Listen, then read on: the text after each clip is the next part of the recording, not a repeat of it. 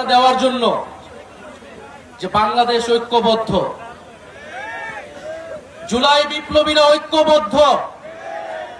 আজকে আমরা এখানে কোনো দল হিসেবে আসি নাই, দলের নেতা হিসেবে আসি নাই, আমরা এসেছি জুলাই গণ অভ্যুত্থানের একজন কর্মী হিসেবে। আমরা মনে করি বাংলাদেশ আজ আক্রান্ত হয়েছে। শরীফ ওসমান হাদির গায়ে গুলি লাগার মাধ্যমে জুলাই বিপ্লব এবং বাংলাদেশ আক্রান্ত হয়েছে। বাংলাদেশ যতবার আক্রান্ত হয় ততবার তরুণরা নেমে আসে। আজকেও আমরা শহীদ মিনারে একত্রিত হয়েছি সেই গণ অভ্যুত্থানের ঐক্যের প্রতীক হিসেবে। সংগ্রামী বন্ধুগণ, স্বরাষ্ট্র উপদেষ্টার পদত্যাগের দাবি উঠেছে।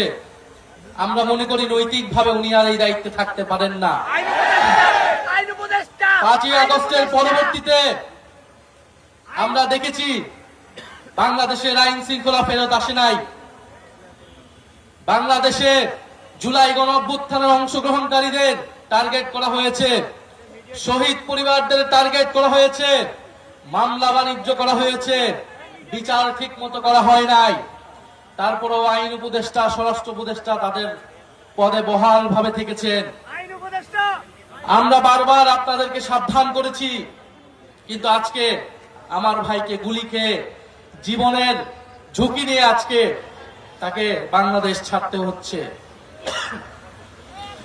আমরা স্পষ্টভাবে বলতে চাই, বাংলাদেশের আইন শৃঙ্খলা নিরাপত্তার প্রশ্নটা গত 16 বছরে আমরা দেখেছি গোয়েন্দা সংস্থা গত 16 বছরে সকল বিরোধী দল মতকে দমন করতে ব্যবহার করা হয়েছিল।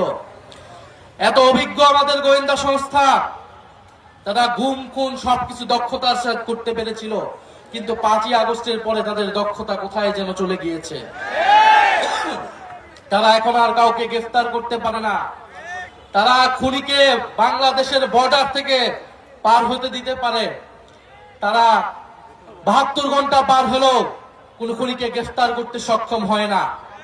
ফলে শুধু স্বরাষ্ট্র উপদেষ্টা নয়, কোথা থেকে এই ধরনের খেলা চলছে সেই ডিপ স্টেট নিয়ে আপনাদেরকে কথা বলতে হবে, সেই গোয়েন্দা সংস্থা নিয়ে আপনাদেরকে কথা বলতে হবে।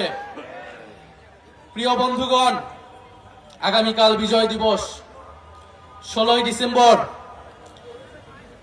এই বিজয়ের প্রাক্কালে বাংলাদেশের 54 বছরের ইতিহাস আমাদেরকে পর্যালোচনা করতে হয়। 1971 সালের 16ই ডিসেম্বর থেকেই যেমন আমরা বিজয় পেয়েছি, তেমন আমাদের প্রতিরোধের যাত্রাও শুরু হয়েছিল। সেই প্রতিরোধ ছিল ভারতীয় আগ্রাসনের বিরুদ্ধে প্রতিরোধ। 1971 সালের 16ই ডিসেম্বর থেকে সেই প্রতিরোধ শুরু হয়েছিল। আজকে পর্যন্ত সেই প্রতিরোধ যাত্রা আমাদেরকে অব্যাহত রাখতে হচ্ছে। ফলে বাংলাদেশের মানুষকে আমাদের আহ্বান থাকবে, আগামীকাল আমরা উৎসব করতে রাস্তায় নামবো না। আগামীকাল আমরা প্রতিরোধের যাত্রা বাংলাদেশের রাস্তায় রাস্তায় পালন করব। এই ঢাকা শহরে আমরা প্রতিরোধের র্যালি করব। আমরা ভারতীয় আধিপত্যবাদের বিরুদ্ধে, বাংলাদেশ বিরোধী সকল ষড়যন্ত্রের বিরুদ্ধে আগামীকাল বিজয় দিবসে আমরা 16ই ডিসেম্বর ঐক্যবদ্ধ হব। প্রিয় সংগ্রামী বন্ধুগণ, ভারত যদি মনে করে বাংলাদেশকে 5ই আগস্টের পরেও আগের মতোই তারা রাজনৈতিকভাবে হস্তক্ষেপ করবে, নির্বাচনে কারসাজি করবে, ভারতের সেই ভাবনা ভুল। ভারতের সেই ভাবনা ভুল প্রমাণ করব আপনারা আমরা সকলে মিলে। ভারতের স্বাধীনতা, সার্বভৌমত্ব, অখণ্ডতা বাংলাদেশের উপর নির্ভরশীল। ফলে ভারতকেও সাবধান থাকতে হবে, বাংলাদেশের সাথে সম্মান নিয়ে, মর্যাদা নিয়ে সম্পর্ক রাখতে হবে। আমি কথা বাড়াবো না।